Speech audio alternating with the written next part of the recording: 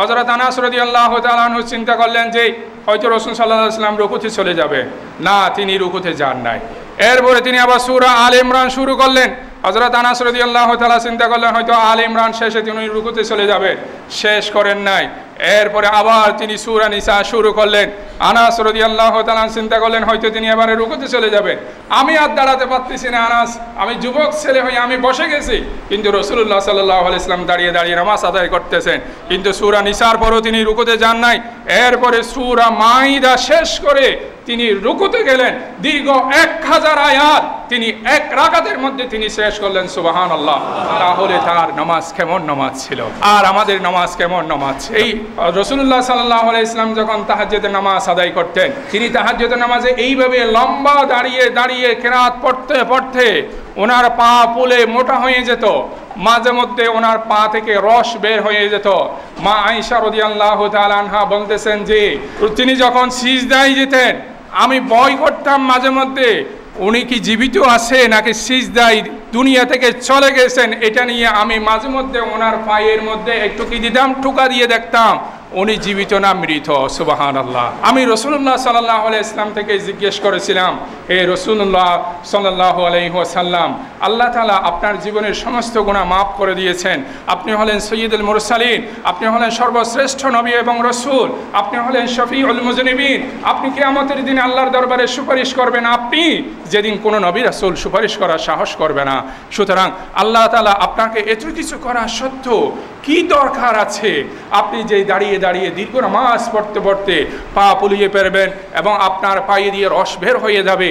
এই প্রশ্নের উত্তরে রাসূলুল্লাহ সাল্লাল্লাহু আলাইহি ওয়াসাল্লাম বলেছিলেন কোরআনের আয়াত, আফালা আকুনা আবদান শাকুরা।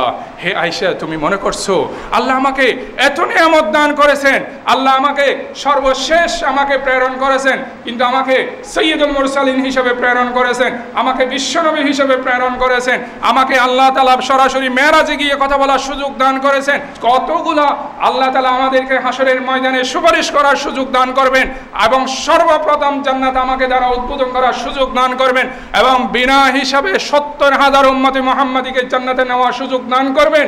আল্লাহ তাআলা আমাকে এত এত নিয়ামত দান করার সত্ত্বেও আমি নবী মুহাম্মদ সাল্লাল্লাহু আলাইহি ওয়াসাল্লামকে আল্লাহ তাআলার শুকরিয়া জ্ঞাপন করব না? আফালা আকুনা আবদান শাকুরা। আমি কি আল্লাহর শুকরিয়া জ্ঞাপন করব না? হে আয়েশা, আমি আল্লাহর শুকরিয়া জ্ঞাপন করার জন্য কি করতেছি? এইভাবে আমি দাঁড়িয়ে দাঁড়িয়ে ইবাদত করতেছি। প্রিয় হাজিরিন, সুবহানাল্লাহ।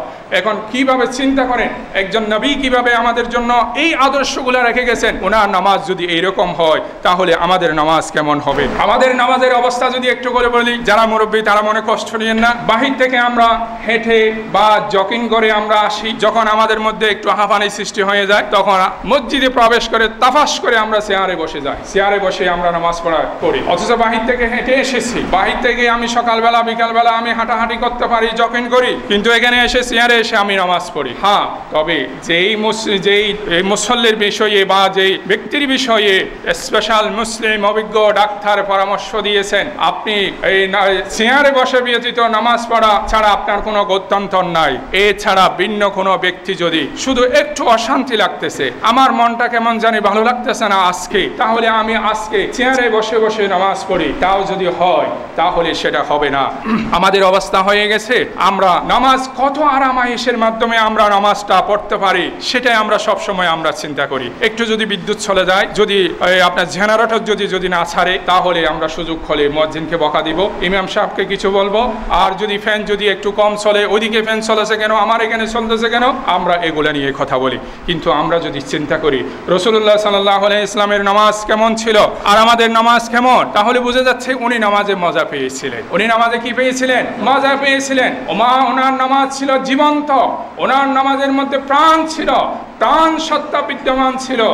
আর আমাদের নামাজ সেই মৃত নামাজ, আমাদের নামাজের মধ্যে প্রাণ সত্তা নেই, আর এই নামাজের মধ্যে আমরা মজা পাই না বিদায় আমাদেরকে যদি একটা যদি মশায় যদি কামড় দেয় তাহলে লাফালাফি শুরু। আর আমার আশেপাশে যদি কেউ যদি আল্লাহ না করুক টুপি যারা কোনো মুসল্লি যদি ইয়াং ভোলাভাই নামাজ পড়তে আসে, আমার নামাজ নিয়ে টেনশন নাই, তাকে কিভাবে নামাজ শেষে ধরবো সেটা নিয়ে আমি ব্যস্ত হয়ে থাকি। তার মধ্যে ফাঁসে যদি কেউ আর যদি মোবাইলে যদি একটু যদি রিংটোন বেজে ওঠে, নামাজ শেষে কিভাবে তাকে আমি ফাঁকড়াও করব, কিভাবে দুই একটা শক্ত কথা বলবো, এই কথা নিয়ে নামাজের মধ্যে আমরা সব সময় জল্পনা কল্পনা করে, আপনার মনে কষ্ট নেন না, যেগুলো বাস্তব কথা আমি সেটা বলতেছি। প্রিয় হাজিরিন, আমাদেরকে খেয়াল করতে হবে, আমার বিষয়টা নিয়ে আমাকে চিন্তা করতে হবে। আমি অপরের বিষয় নিয়ে চিন্তা করে আমার কোনো লাভ হবে না। এখন আমরা যদি বলি, অনেক সময় আমরা অফিস আদালতে জব করি, সময় আমাদের শেষের দিকে, এই নামাজ পড়ার জন্য আমাদের সময় থাকে না, পুরা দিন অফিস আদালতে ব্যবসা বাণিজ্য ব্যস্ত থাকি। রাতের বেলায় এসে অনেক সময় আমাদের থেকে ফতোয়া জিজ্ঞেস করে, হুজুর রাতের বেলায় দিনে 4 ওয়াক্ত, রাতের 1 ওয়াক্ত সহ টোটাল 5 ওয়াক্ত নামাজ পড়লে কি হবে? এত ব্যস্ত। তাহলে ওনার কাছে নামাজটা কি হয়ে গেছে? এডিশনাল হয়ে গেছে, অতিরিক্ত হয়ে গেছে। আমি যদি সময় পাই পড়ব, মন চাইলে পড়ব, মন না চাইলে পড়ব না। তাহলে এই নামাজ দিয়ে আমাদের কিছুই হবে না। এই নামাজের গুরুত্ব সম্পর্কে যদি আমি আপনাদেরকে একটি মাসআলার কথা বলি, তাহলে বিষয়টা স্পষ্ট হয়ে আসবে যে কোনো একজন মানুষ সাগরে নৌকা অথবা যানবাহন ডুবে গেছে, সেই সাঁতার জানে না, সেই মারা যাবে। সাঁতার জানে না, এখানে এই জন্য কি যাবে? মারা যাবে। কিন্তু তার সেন্স ঠিক আছে, সেই যে কোনোভাবে জানতে পেরেছে যে এখন নামাজের টাইম হয়ে গেছে। উলামায়ে কেরাম বলতেছেন, মুহাদ্দিসিনে কেরাম বলতেছেন, এই পরিস্থিতিতে তার সেন্স যদি ঠিক থাকে, তাকে নামাজ আদায় করতে হবে। সুবহানাল্লাহ। চিন্তা করেন তাহলে নামাজ কত গুরুত্বপূর্ণ ইবাদত। সেই সাঁতার জানে না এই ব্যক্তি এখন মারা যাবে, কিন্তু তার সেন্স ঠিক আছে, নামাজের টাইম সে যে কোনোভাবে জানতে পেরেছে, তারপরও তার উপর নামাজ ফরজ, নামাজ আদায় করতে হবে। আর আপনার আমার অফিসের কাজ আছে, ব্যবসা বাণিজ্য বেড়ে গেছে, ব্যস্ততার কারণে নামাজের টাইম দিতে পারি না, সময় দিতে পারি না। আরেকটা যদি কথা বলি, একজন রোগীকে হয়ে গেছে, স্ট্রোক করেছেন, ওনার হাত পা সব কিছু কি হয়ে গেছেন? অবশ হয়ে গেছেন। তবে ওনার সেন্স ঠিক আছে, উনি কথা বলতে পারে, ওনার সেন্স ঠিক আছে, উনি মানুষকে চিনে। যদি তা যদি হয়ে থাকে, ওনার আশপাশ যদি কোনো ব্যক্তি থাকে যে এখন নামাজের টাইম হয়েছে, তাহলে তার উপর নামাজ পড়াটা ফরজ হবে। উযকুরুল্লাহ কিয়ামান ওয়া কুউদা, সে নামাজ কিভাবে পড়বে? যদি দাঁড়িয়ে নামাজ যদি পড়তে না পারো, তাহলে তুমি বসে নামাজ পড়বো। বসে যদি নামাজ পড়তে না পারো, শুয়ে নামাজ পড়বা। শুয়ে যদি নামাজ পড়তে না পারো, তাহলে তুমি ইশারায় নামাজ পড়বা। যদি এই নামাজ যদি এত হালকা হতো, এই জটিল পরিস্থিতিতে মুমূর্ষু অবস্থা, লবে যান, মানুষ এখন মারা যাবে, তারপরও সেই জটিল পরিস্থিতিতে তার জন্য নামাজের কোনো রুখসত নেই। আর আমাদের ব্যস্ততা, আর আমাদের এই ব্যবসা বাণিজ্য, চাকরি বাকরি, এইগুলার কথা বলে আমরা কি করি না? নামাজ আদায় করি না। এই ক্ষেত্রে যদি আমরা আমাদের সন্তানের কথা বলি, এই যে সন্তানের অনেক সময় রাতের বেলায় লেখাপড়া করে, এরপরে ফজর যখন হবে, মা বাবা বলে, খবরদার, আমার ছেলে রাতের 3টা পর্যন্ত লেখাপড়া করেছে, ফজরের সময় তাকে ঘুম থেকে বলেও ডাকিও না, বলে না? তাদের এই সন্তান যদি নামাজি হয়, এই সন্তান পিতামাতার সাথে ভালো আচরণ করবে। এই সন্তান যদি নামাজি হয়, কি হবে? এই সন্তান সামাজিক হবে। এই সন্তান যদি নামাজি হয়, এই সন্তান মুআদ্দাব হবে। এই সন্তান যদি নামাজি হয়, এই সন্তান সমাজ এবং দেশের মধ্যে আলো ছড়াবে এবং দেশ এবং সমাজের ভাবমূর্তি উজ্জ্বল করার জন্য তারা চেষ্টা করবে। আজকে আমরা ওই সন্তানের দুনিয়াবি ক্ষণস্থায়ী বিষয় নিয়ে চিন্তা করি। আপনি কি সন্তানের জন্য উপকার করতেছেন? এই স্বল্পকালীন হায়াতের জন্য তাকে লেখাপড়ার প্রতি গুরুত্ব দিচ্ছেন? আপনি কিয়ামতের দিন আপনি নামাজি হবেন, আপনি জান্নাতে যাবেন, আর আপনার সামনে আপনার সন্তানকে, আপনার স্ত্রীকে টেনে টেনে জাহান্নামে নিয়ে যাওয়া হবে। তাহলে আপনি কি সন্তানের উপকার করলেন নাকি অপকার করলেন? দুনিয়ার জীবন কত? 20-25 বছর, 30 বছর তো বাপের হোটেলেই চলে যায়, আর বাকি জীবন তাকে কত?